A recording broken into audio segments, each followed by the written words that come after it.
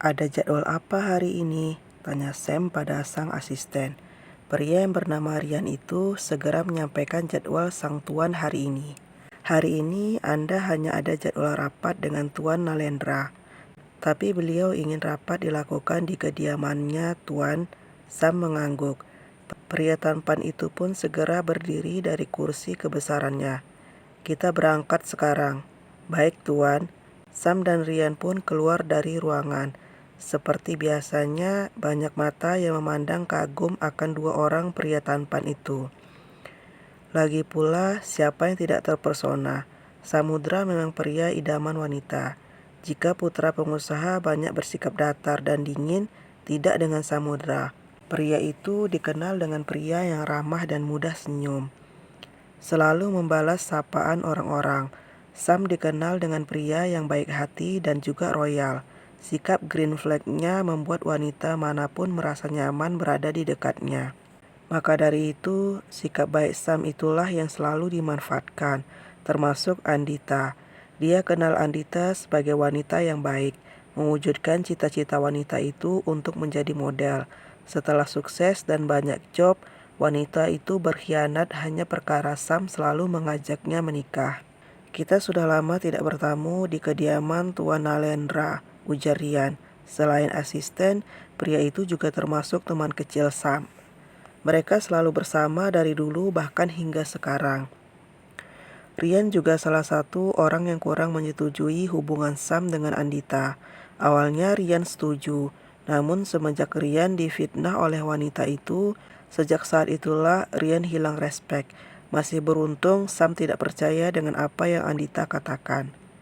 "Iya, semenjak aku berhubungan dengan Andita, aku jarang ke sana. Andita pernah mengatakan kalau dia tidak suka atau cemburu bila melihat aku dekat dengan gadis lain. Padahal aku hanya bersikap biasa saja." Ryan melirik Sam dari kaca depan. "Kau terlalu dibutakan oleh cinta. Kau lupa, dulu dia pernah memfitnahku. Dia mengadu padamu kalau aku suka padanya dan punya niat merebutnya darimu. Dan untungnya kau tidak mudah percaya begitu saja. Dari sana saja dia sudah punya niat tidak baik. Wanita itu ingin mengadu domba kita." Sam menghela napas panjang. Benar apa kata Ryan, dia terlalu baik sampai tidak sadar kalau dimanfaatkan. Dia juga pernah dibutakan oleh cinta. Ya, Sam mengaku salah karena sudah terlalu percaya dengan Andita. Sam pikir orang yang tinggal di panti asuhan seperti Andita punya sifat baik. Tapi setelah dipikir-pikir lagi, tidak semua orang sederhana itu baik dan tidak semua orang kaya itu sombong. "Aku lihat Andita ke kantor tadi pagi. Dia meminta satu kesempatan padaku." Ryan tersenyum sinis. "Dan kau memberikannya?" "Tentu saja tidak. Kau yang paling tahu aku. Barang yang aku buang tidak akan aku pungut kembali." Ya, tapi itu kan barang, mantan beda lagi." "Tidak, aku akan tetap pada prinsipku. Selain barang, mantan juga harus dibuang pada tempatnya." Ya Allah, akhirnya Samudra waras juga. Sam menendang kursi bagian depan dengan kakinya. Aduh. Sementara di kediaman Tuan Nalendra, seorang gadis turun dari kendaraan roda empatnya setelah sang supir membukakan pintu. Hari ini Davina memilih untuk libur dulu kuliah. Gadis 20 tahun itu pulang karena semalam ditelepon oleh sang momi. "Selamat datang, Nona." Para pelayan menyambut kedatangan sang nona muda. "Dedi dan momi ada?" "Nyonya masih berada di kamarnya, Non. Kalau Tuan sedang berada di ruang kerja. Beliau mengadakan meeting." Davina mengangguk. Gadis itu segera naik ke lantai 2 di mana sang momi berada. Davina sengaja tidak bertanya kabar sang kakak, karena Davin, kakak kembaran Davina, kuliah di luar negeri. "Momi." Aira yang baru saja selesai berganti pakaian pun menoleh. Senyumnya mengembang melihat sang putri yang semalam ia hubungi pulang juga. "Sayang, akhirnya kamu pulang juga. Momi kangen tahu." Aira memeluk sang putri. "Aku juga kangen, Momi. Kangen banget." "Kangen Dedi juga," ucap gadis itu. Memang beginilah Davina ketika bersama kedua orang tuanya. Dia menjadi gadis yang sangat manja. Berbeda jauh dengan sikap gadis itu saat di kampus. "Dedi mana?" "Di ruang kerjanya." Aku mau ke Dedi. Gadis itu berbalik badan, namun segera dicegah oleh Momi Aira. Jangan dulu, Dedi lagi meeting sayang, gak enak kalau diganggu. Davina akhirnya mengangguk mengalah. Gadis itu duduk di atas tempat tidur Momi dan Dedinya. Kamu gak kuliah hari ini? Udah izin? Tanya Momi Aira seraya memasang antingnya. Davina langsung izin ke Pak Kepala, Mom. Lagian kalau Davina yang izin pasti diizinkan lah. Momi Aira terkekeh. Dia mengacak rambut sang putri dengan gemes. Kamu udah sarapan belum? Kalau belum kita ke ruang makan. Udah, aku udah sarapan kok. Momi, sinilah, aku kangen. Davina berdecak kesal. Sudah 2 jam lebih Dedinya pergi meeting tapi belum juga selesai. Dedi itu meeting atau gimana sih? Masa iya belum selesai? Aku yang nungguin sampai lumutan ini.